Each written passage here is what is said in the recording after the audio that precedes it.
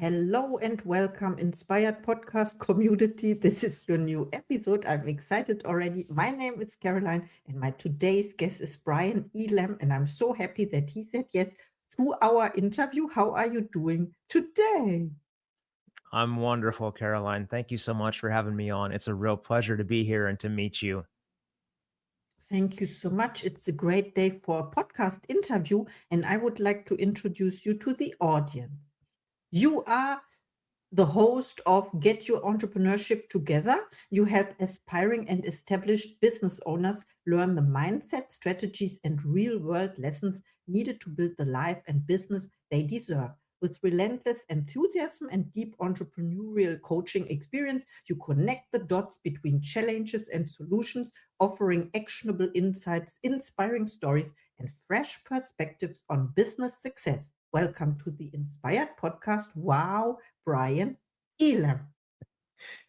Wow. Well, that was an amazing introduction. It makes me sound like I'm kind of a big deal. You are. As I told you, I listened to one of your interviews and I'm impressed already. So, my first question, because I want to know more about you, is looking back, what was the biggest entrepreneurial challenge you faced and how did it shape your approach to success? Hmm.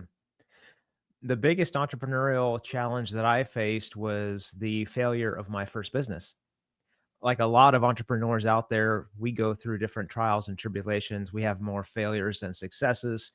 And with that business, I learned very quickly that yes, technology is great. Being able to have all of this fancy tech and automations is wonderful. To have a great idea is wonderful. But the thing that I was missing, ironically enough, was people. I did not have the skill set or the wherewithal to go find it at the time because I was too busy focusing in the business instead of on it. I didn't have that wherewithal to go and say, okay, I need to connect with more people. I need to get people to enroll in my vision, in what I'm doing here. And that was the biggest takeaway that I took from it. And really, that's the factor in all business success, mine, yours, your audience. You need people because without people, you don't have a business. Yes, and I'm so happy that you made a different choice. And today you are here. We can talk to each other. You are a successful podcast host as well. Tell me about your company because when you said people were missing, or you, what was it? Your ability to delegate, to give up to someone else. Yeah, great question.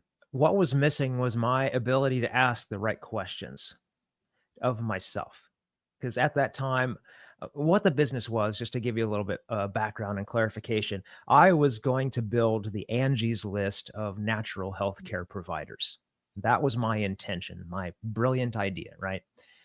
And the reason that I wasn't able to connect with more people and build that out is because I wasn't asking myself the right questions.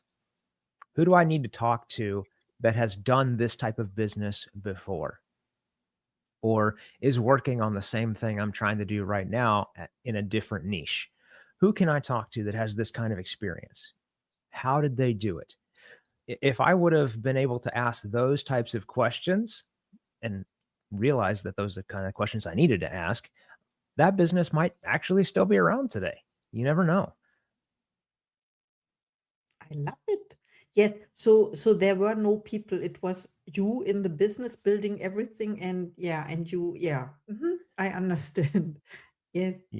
I Yeah. think we always want to do all alone and then be proud, proud of ourselves that we did it alone, and then we overlook that we can ask for support, ask for help, and also accept because I witnessed businesses. There are people want or willing to help. They offer help, and and then they say no help wanted. Yeah, you're very right. And honestly, that's something that I have struggled with.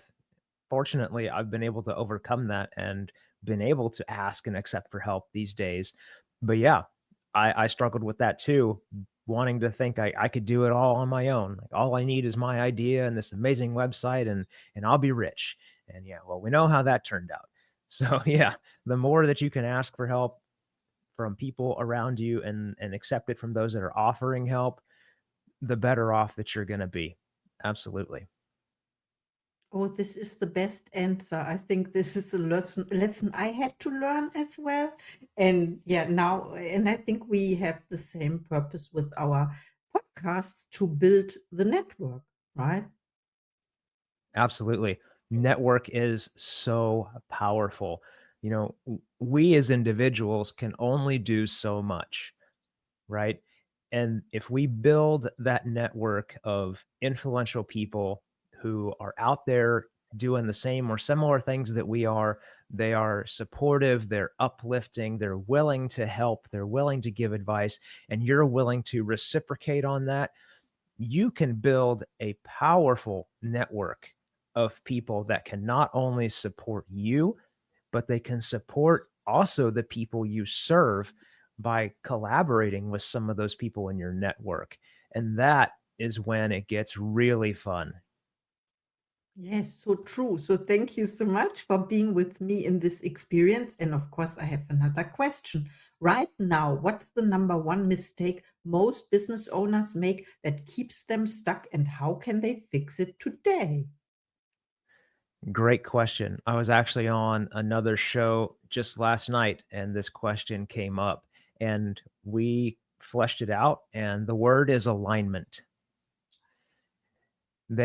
People get stuck in their business because they are not aligned with what they're doing inside of that business. We all have certain skill sets and talents within ourselves that can manifest to help the business thrive. But we also have weaknesses. And being able to recognize what those weaknesses are or what those things are that we don't really like to do, they don't light us up, they don't make us feel, amazing and on fire. Being able to recognize those things and let them go is really what's going to help get you unstuck. Now, what that letting go looks like, typically if you're running a company, that means you're hiring a person or you're delegating that thing that you don't like to another person who's already on staff. Now, maybe if you're a solopreneur, that means incorporating automations into what you do or incorporating AI into what you do, right? So there's a bunch of different ways that you can get those things that you don't like to do or you're not very good at off of your plate. But the sooner you can recognize those and get back into alignment with who you are and what you really love to do, what lights you up inside your business, you'll get unstuck and it's just like greasing the skids. You thank you so much for mentioning this because yeah, I got distracted lots of time in the past, and I know exactly what you mean by realignment to find what's really our passion, for example, and then doing exactly this. And then also there are people, of course, they like they we get distracted by people reaching out and wanting us to do favor or something. And then when we have the tendency to be a people pleaser, then we cannot say no. Yeah. Yeah, and that's another thing again that was brought up last night is the concept of really setting boundaries. You have to as a business owner especially, you have to number 1, you have to set priorities in your life. What are your priorities when it comes to your life? Business, family, relationships, what are those? And then once you have those priorities, you need to set boundaries around them that not necessarily are unmovable boundaries. I mean, you ought to remain flexible in your life and not have everything be set in stone on the calendar. But you still need to have a working idea of you're going to dedicate this much time to this priority every single week.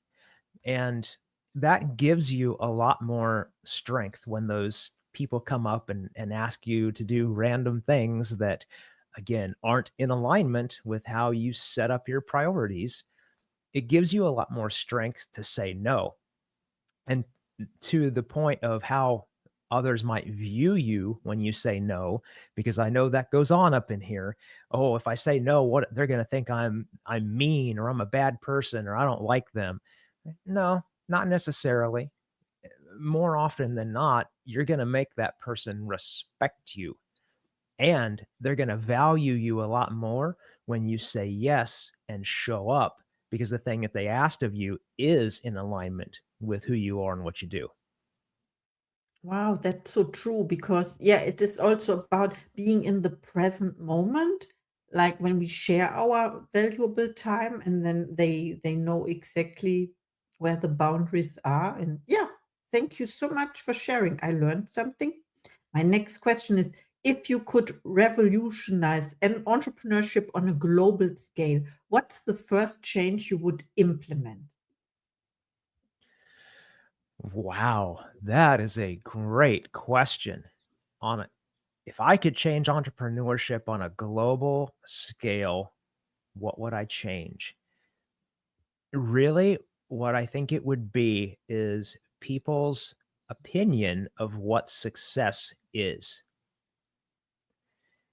Because if you're looking at success through somebody else's lens, if you're looking at it through somebody else's version, then number one, like we talked about before, you're not in alignment with who you are. And number two, you'll never get there. So you have to really figure out, what does success look like for you? Is it a mansion and a Ferrari? Or is it a 3-bedroom, 2-bath house in a really great neighborhood, and you finally have a garage for your car? Like, that could be the pinnacle for somebody, right? So we just need to redefine what success means to us and stick with it, and then celebrate other people when they get to their version of success. Oh, I love your answer about changing perspective, looking through the lens of the other person to in order to understand them, what is their goal, and then support that, celebrate with them, because this means your success is also already in your field, right? You're right. That is correct. Yeah. I love it. Oh my goodness. Okay, you would change the definition or how we see success because it's for everyone it's something else, and it can be success when we take a walk in the sunshine as well one day. Yeah. Being Yeah. able to unplug essentially from your business at a certain time of day or whenever you want. Being able to go for a walk on the beach and just feel that, what that freedom feels like, that would be amazing. Exactly. And often we recognize this when we've been through like a hamster wheel or what you call it. Uh, yeah, of entrepreneurship. Yeah, it's very easy to get caught up in that kind of hamster wheel situation like you're talking about. And the more that you can, like we're talking about, the more you can be in alignment, pass off those things that you don't like doing to other people or to automations, the more your time is going to open up. And then as that happens, you can pick again a new priority every day at 3 o'clock. I'm going for a walk out in the sunshine in the park because it makes me feel good. I get to relax and unplug. And now I have that bandwidth because I'm not on that hamster wheel all the time. And you are in alignment again. Wow, this is so beautiful. I love this picture. Thank you so much. My next question is, fast forward 10 years. How will entrepreneurship redefine society? And what role do you see yourself playing in that shift? Oh man, this falls right in line with my mission behind the podcast. So thank you for asking that question. In 10 years, I believe that the small business world is going to become even more of a majority in the business world. All of, the mega corporations that we have, the Apples, the Nikes, the Microsofts, they're still going to be here, But the small business world is going to take more of a share of what the business world is. And there's two things to add on to that. Number one is when more good people have a lot of money, the more good that is going to be done in this world. They will be, because the small business owner, the one that's on the ground doing the work with the people, they understand what the community needs. They understand what the planet needs, and they can put those resources to work now that they've been successful in order to make our planet a better place. And how I fit into that role with what I do here at the podcast is very simple. I'm here to, just like you beautifully said it in your intro. I can't even get close to what you said. You said it so wonderfully. But I'm here to support the aspiring and the accelerating entrepreneur with the stories, the tips, and the values from other successful entrepreneurs. So you can learn their lessons. You can understand what's working right now in the world of business. And this will go out, because I'm going to continue this for many, many years. So it'll always be current as far as what's happening now in business. You'll learn from these successful people that are out there doing it. And again, the more good people that have a lot of money, the more this world's going to change for the better. That's true, and I think we are on the same mission with the different title, because most of my guests are business owners as well, or they had a business and they had this experience in the transition phase, and now they can help other people and mentor them as well. And yeah, and what I do is I can reveal it now.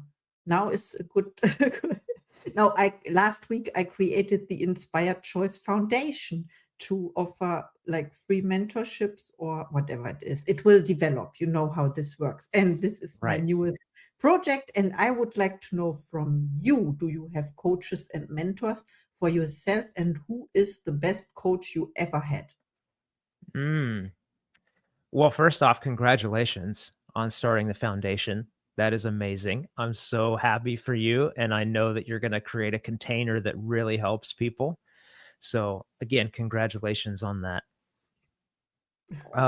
Coaching. Yes, I have had different coaches in my life. I am currently working with one. And as far as the best coach I've ever had, oh, that's a tough one. That's a tough one. I'll say it like this: the coach that you need will show up at the time in your life when you need them the most, making them the best coach that you can have. Not that the lessons that you learned from the previous coaches in your life aren't still valid, aren't valuable, but the one that you're with right now is the most important because it's where you are in your journey, right? So the one that I'm working with now is really, he's phenomenal at asking really great questions that open up ideas and possibilities and help set outcomes. And I just can't thank him enough for what he's been able to help me work through.